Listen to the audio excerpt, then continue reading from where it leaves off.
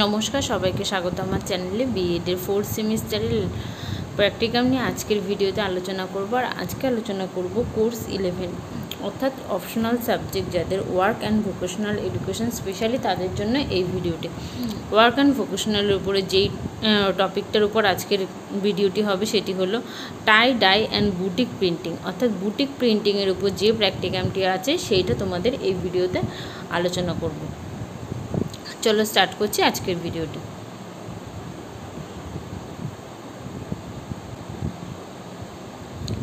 ভূমিকা: বাঁধনি ও বাটিক অত্যন্ত পরিচিত ও প্রচলিত বস্ত্র অলঙ্করণ পদ্ধতি। এই দুটি পদ্ধতি রেসিস্ট পদ্ধতির অন্তর্গত। রেসিস্ট কথাটির অর্থ হলো বাধা দেওয়া। নাম থেকেই পরিষ্কার যে এখানে রঙকে ঢুকতে বাধা দিলে নকশা তৈরি হয়। বাঁধনির ক্ষেত্রে সুতো দিয়ে কাপড়কে বেঁধে রং ঢুকতে বাধা দেওয়া হয় এবং বন্ধাচ বন্ধনী প্রভৃতি বিভিন্ন নামও প্রচলিত আছে। রং বেরং এর বাঁধনির কাজ করা পোশাক এইসব অঞ্চলের মানুষের বিশেষ প্রিয়। বাটিকের ক্ষেত্রে রঙকে বাধা দেওয়ার কাজ করা হয় গলানো মোমের সাহায্যে। গলানো মোমের ব্যবহার করে বাটিক, দেখো এখানে করে বাটিক ইন্দোনেশিয়া, জাভা, সুমাত্রা প্রভৃতি অঞ্চলে প্রচলিত। এইসব রবীন্দ্রনাথ ঠাকুর এই পদ্ধতির প্রতি আকৃষ্ট হয়ে শান্তিনিকেতনের প্রচলন করেন। এর আগে ভারতবর্ষে রেসিস হিসাবে অন্যান্য নানা জিনিস ব্যবহৃত হতো, যার কয়েকটি এখনও প্রচলিত আছে। যেমন ভোপালের আদিবাসী সম্প্রদায় ও গুজরাটের ভিল সম্প্রদায় কালো মাটিকে রেসিস হিসাবে ব্যবহার করত। প্রকল্পটির মাধ্যমে সাধিত উদ্দেশ্য: 1 নম্বর বলা হয়েছে যে শিক্ষার্থীদের বস্ত্ররঞ্জন, বিশেষ করে রেসিস্ট পদ্ধতির বস্ত্ররঞ্জন সংক্রান্ত ধারণা জন্মায়। 2 নম্বর বলা হয়েছে শিক্ষার্থীদের নান্দনিক বোধের বিকাশ ঘটে। 3 নম্বর সৃজনশীল প্রতিভার উন্মেষ ঘটে। 4 নম্বর বলা হয়েছে বাটিক ও বাঁধনির ইতিহাস এবং বিভিন্ন রকম রং সম্বন্ধে জানতে পারে। 5 নম্বর বলা হচ্ছে দৃষ্টিশীল ও সৃজনশীল কাজের মাধ্যমে পড়াশোনার একঘেয়েমি দূর হয়। এরপরে আছে বিষয় সংক্রান্ত সাধারণ ধারণা। বাঁধনি করার জন্য ভালো করে মাড় তোলা সুতি বা সিল্কের কাপড়কে ভালো করে বেঁধে রঙে ডোবাতে হয়। অপরদিকে বাটিকের ক্ষেত্রে মোম দিয়ে নকশা কাপড়ে এঁকে রঙে ডোবাতে হয়। রং সবসময় হালকা থেকে গাঢ় করতে হয়। বাঁধনির ক্ষেত্রে হট এবং কুল দুই ডাই ব্যবহার হলেও বাটিকে কেবলমাত্র কুল ডাই ব্যবহৃত হয়। আমরা ডিরেক্ট কালার হট ডাই এবং ন্যাপথল সল্ট কোল্ড ডাই ব্যবহার করেছি। দেখো টেবিল 1-এর মধ্যে কী বলা হয়েছে, ডিরেক্ট কালার হট ডাই। এর উপাদান কী বলা হয়েছে, 1 নম্বর রং, 2 নম্বর সাধারণ লবণ, 3 নম্বর কাপড়, সুতো, গরম জল, কাপড় কাচার সোডা। পদ্ধতি বলা হয়েছে প্রতি 1 মিটার কাপড়ের জন্য 2 থেকে 10 গ্রাম রং, সম পরিমাণে লবণ এবং সোডা নিতে হবে। সম্পূর্ণ কাপড় নিমজ্জিত হয় এমন পরিমাণ জল নিয়ে স্টেনলেস স্টিলের পাত্রে দিয়ে মিশ্রণের মধ্যে কাপড় দিয়ে 2-3 মিনিট নাড়াচাড়া করে তুলে নিতে হবে। কাপড় ঠান্ডা হলে জলে ভালো করে ধুয়ে 5% তুঁতে অথবা 4% অ্যাসিটিক অ্যাসিড দ্রবণে ডুবিয়ে রাখলে রং পাকা হয়। এবার এখানে একটা ছক করা আছে, টেবিল করে নেবে তোমরা। কি বলেছে, কাপড়ের পরিমাণ, রঙের নাম, রঙের পরিমাণ, দ্রবণের পরিমাণ। সেক্ষেত্রে যেমন 1 মিটারের ক্ষেত্রে হলুদ, গোলাপি, কমলা বা লালের ক্ষেত্রে এবার বলেছে রঙের পরিমাণ কি, হালকা হলে 3% আর গাঢ় হলে 6 থেকে 10%। এদিকে হালকা হলে 5% আর গাঢ় হলে 10 থেকে 12%।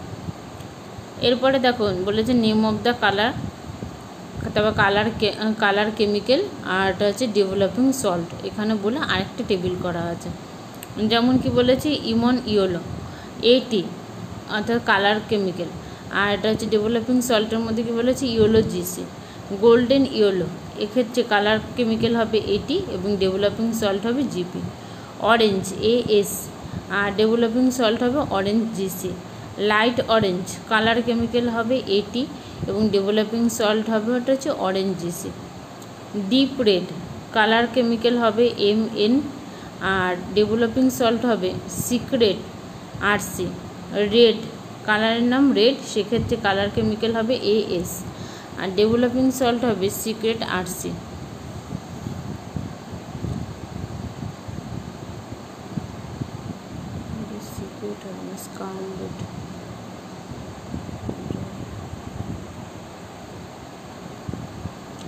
ডিপ রেড কালার নাম, আর কালার কেমিক্যাল হবে MN, এবং সেক্ষেত্রে ডেভেলপিং সল্ট হবে স্কারলেট আর্টসি। এরপরে কালার নেম হচ্ছে রেড, আর কালার কেমিক্যাল হবে AS, ডেভেলপিং সল্ট হবে স্কারলেট আর্টসি। তারপরে ওটা হচ্ছে ব্লাড রেড, সেক্ষেত্রে কালার কেমিক্যাল হবে AS,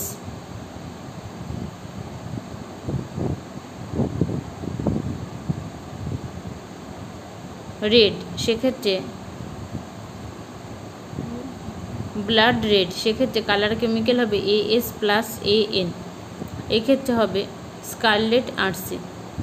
তারপরে কালার নেম আছে মার্লন,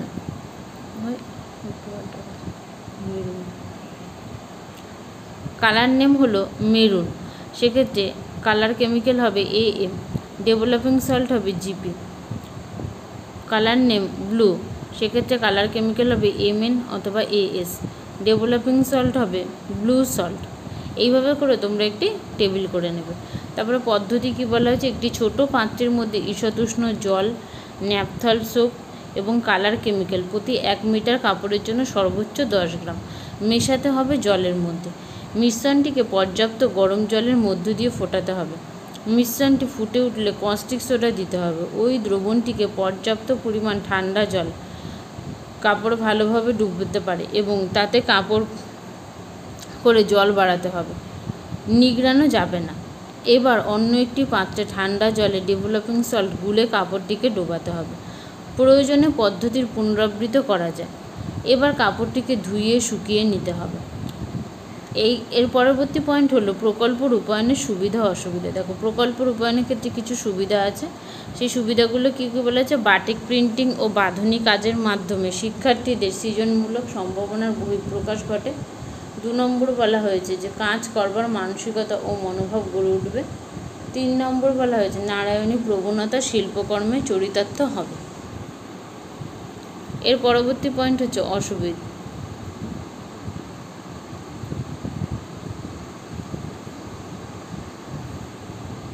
4 নম্বর পয়েন্টটা কি বলা হয়েছে, শিল্পধর্মী কাজের প্রতি শ্রদ্ধাশীল মনোভাব প্রকাশিত হবে।